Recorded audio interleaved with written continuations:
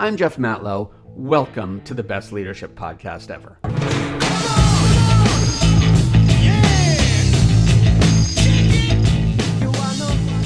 Welcome back to the pod. Always great to have you here. I love talking with you. It's just a special time of the week for me, so thank you for showing up. As you may know, I'm a 3-time entrepreneur, a leadership coach, a keynote speaker, and an author. I help leaders solve their major problems fast. So whatever those 3 things are that are keeping you up at night, whenever you're ready to solve them, reach out to me, leadership@bytitleonly.com, and we'll get her done. In the meantime, I want to talk about my dentist. You see, my dentist retired last year, and he was this hilarious old Jewish guy who cared more about making you laugh and feel good about yourself than he did about growing his business. Now, ultimately, that attitude helped him significantly grow his business. And in the end, he sold his practice to a younger woman, and she seems nice enough, don't get me wrong. But she's less interested in being friendly and more interested in getting me to spend more money on my mouth. I kind of miss him a lot. But my point here isn't to talk about the importance of being nice. That's for an entirely different conversation. I want to talk about drilling. You see, the new dentist somehow convinced me that I needed to replace my old fillings. So last week, I found myself lying down in the dentist chair as she drilled into my teeth like there was oil in them thar hills. I wasn't comfortable, it didn't feel good, and I didn't want to be there. Yeah, maybe I squirmed a time or two in that chair. And at one point, she stopped mid-drill, looked me right in the eyes, and said, "You know, this probably wouldn't hurt so much if you just stopped fighting it." I was annoyed she said that. Then I realized how profound and insightful her comment really was. We live in a culture that's increasingly obsessed with comfort. We've got memory foam mattresses, noise-canceling headphones, and enough apps to deliver anything to our doorsteps without ever raising our respective asses off our respective couches. Humanity seems downright dedicated to engineering discomfort out of our lives. Still, so many people find ways to complain. We don't want to go to the store because it takes too long to get there. We don't want to try something new because there's a chance we'll fail. And many of us don't even look for a new job when we don't like our current one because the process feels too painful. Now, here's the truth that I fear we've forgotten. Growth hurts. It always does. It's supposed to. Muscles don't get stronger by doing things the easy way. In fact, the only crunches that count in your core workout are the ones you do after the burning has already started. That's because growth doesn't happen without pain.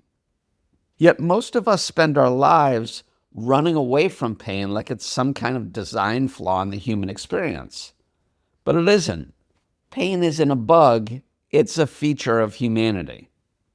In fact, being a good leader is easy when everything's going great. It's when you're put under a pressure cooker of crisis that your true leadership abilities emerge. Or they don't, depending on how much you actually lean into the pain.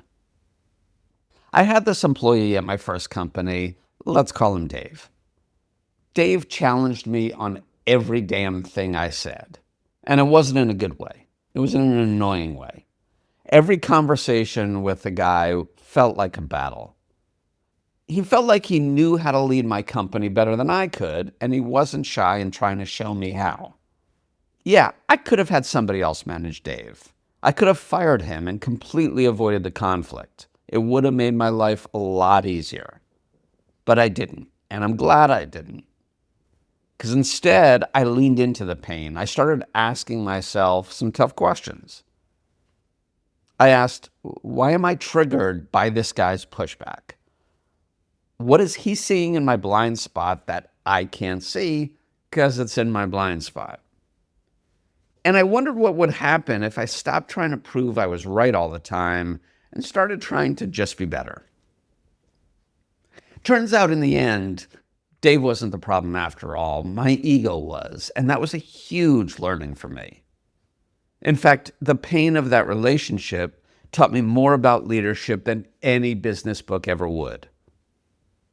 And I probably grew more as a leader in 6 months working with that pain in the ass than I could have from any MBA program. And this brings us back to my dentist and her drilling. Pain hurts, that's the point of it. But like my dentist said, it doesn't hurt as much if you just stop fighting it. Pain isn't there to tear you down. Its entire purpose is to build you up. Pain strengthens you. And that, I suppose, is where the paradox of pain comes in. See, the people who avoid pain are the ones who probably need it the most. Most of us treat pain like it's a grease fire that needs to be extinguished quickly before it gets worse. But it's not. In fact, the people who avoid tough conversations, the ones who hide from conflict all the time, they're the ones who most need the pain in order to address the fears that are holding them back. Pain is progress. So whenever you feel pain, it's actually an alarm that's revealing the places that you need to grow in your life. So here's my challenge to you. Stop running from the hard stuff. That conversation you've been avoiding, have it today. That skill you want to master, but it feels impossibly difficult, start learning it. And the feedback somebody told you that made you defensive, try to sit with it. Pretend that it's right and see what happens. Here's what I learned after years of trying to outsmart discomfort. The thing you're most afraid of is usually the thing you most need to do. Growth isn't comfortable. It's messy. It's awkward. And sometimes it makes you question everything you think you know about yourself. But that's exactly why it works. Nothing ever grows in the comfort zone. Growth happens in the pain-filled gap between where you are and where you really want to be. So stop fighting the drill. It's time to accept the pain and appreciate the better person that will emerge on the other side of it.